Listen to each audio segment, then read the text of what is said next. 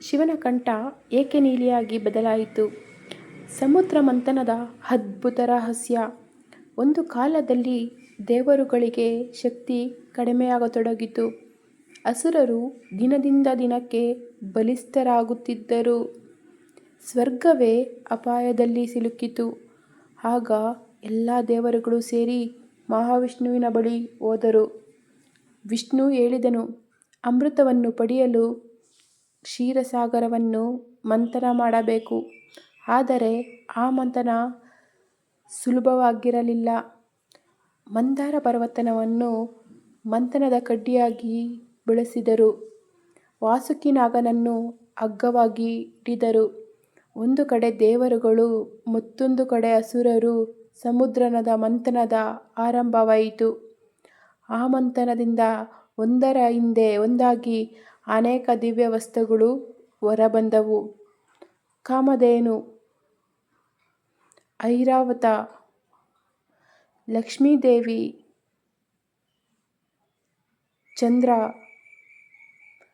ಆದರೆ ಅಕಸ್ಮಾತ್ ಭಯಾನಕವಾದ ವಿಷ ಹೊರಬಂತು. ಅದು ಸಾಮಾನ್ಯ ವಿಷವಲ್ಲ, ಹಾಲಾಹಲ ವಿಷ. ಅದರ ಉರಿಯ ತಾಪಕ್ಕೆ 3 ಲೋಕಗಳೂ ನಡುಗಿದವು. ದೇವರುಗಳು ಭಯದಿಂದ ಓಡಿದರು.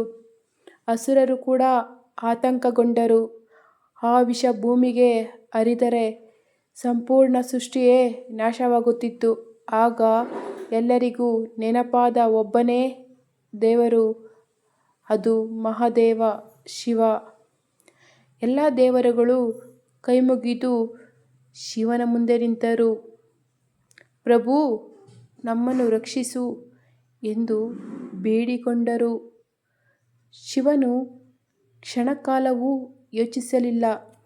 ಸೃಷ್ಟಿಯನ್ನು ಉಳಿಸಲು ಆ ಭಯಾನಕ ಹಾಲಾಹಲ ವಿಷವನ್ನು ತನ್ನ ಕರಗಳಲ್ಲಿ ತೆಗೆದುಕೊಂಡನು. ಪಾರ್ವತೀದೇವಿ ಭಯದಿಂದ ನೋಡುತ್ತಿದ್ದರು. ಶಿವನು ಆ ವಿಷವನ್ನು ಕುಡಿದನು. ಆದರೆ ಪಾರ್ವತೀದೇವಿ ತಕ್ಷಣ ಶಿವನ ಕಂಠವನ್ನು ಹಿಡಿದುಕೊಂಡು ಆ ವಿಷ ದೇಹದೊಳಗೆ ಹೋಗದಂತೆ ತಡೆದರು. ಆದ್ದರಿಂದ ವಿಷ ಶಿವನ ಕಂಠದಲ್ಲೇ ಉಳಿಯಿತು. ಆ ದಿನದಿಂದ ಶಿವನ ಕಂಠ ನೀಲಿಯಾಗಿ ಬದಲಾಯಿತು.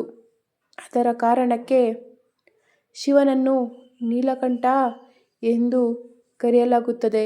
ಇದು ಕೇವಲ ಕಥೆಯಲ್ಲ, ಇದರ ಅರ್ಥ ತುಂಬಾ ಆಳವಾಗಿದೆ.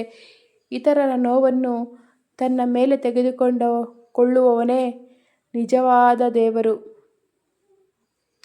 ಲೋಕವನ್ನು ಉಳಿಸಲು ತನ್ನ ಜೀವವನ್ನೇ ಪಣಕ್ಕಿಟ್ಟ ಮಹಾದೇವನ ಮಹಿಮೆ ಅನಂತ.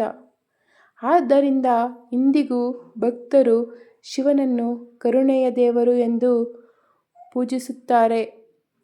ಹರ ಹರ ಮಹಾದೇವ. ಈ ವಿಡಿಯೋ ಇಷ್ಟ ಆದರೆ ಲೈಕ್ ಮಾಡಿ, ಶೇರ್ ಮಾಡಿ, ಸಬ್ಸ್ಕ್ರೈಬ್ ಮಾಡಿ.